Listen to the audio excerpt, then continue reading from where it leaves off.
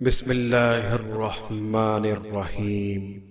شروع اللہ کے نام سے جو بڑا مہربان اور نہایت رحم کرنے والا ہے۔ میں نے خود کو کبھی اتنا سمجھدار نہیں سمجھا کہ دوسرے مجھے بے وقوف لگے، اور میں نے خود کو اتنا نیک نہیں جانا کہ باقی سب مجھے گناہ گار نظر آئے۔ اگر انسان کے خیالات شرعی گواہ ہوتے تو کئی نیک لوگ بدمعاش ہوتے۔ اچھے دوست کبھی برا نہیں ہونے دیتے، بچے وصیت پوچھتے ہیں، رشتہ دار حیثیت پوچھتے ہیں، اچھے دوست ہمیشہ خیریت پوچھتے ہیں۔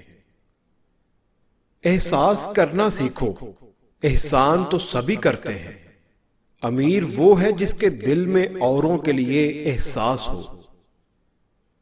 ملنا اور بچھڑنا زندگی کا حصہ ہے، لیکن بچھڑنے کے بعد ملنا زندگی کی امید کہلاتا ہے۔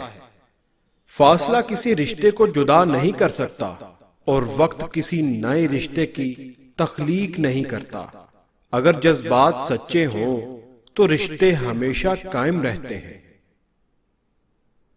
حیرت ہے کہ انسان ہاتھ تو دنیا کے آگے پھیلاتا ہے اور گلہ خدا سے کرتا ہے۔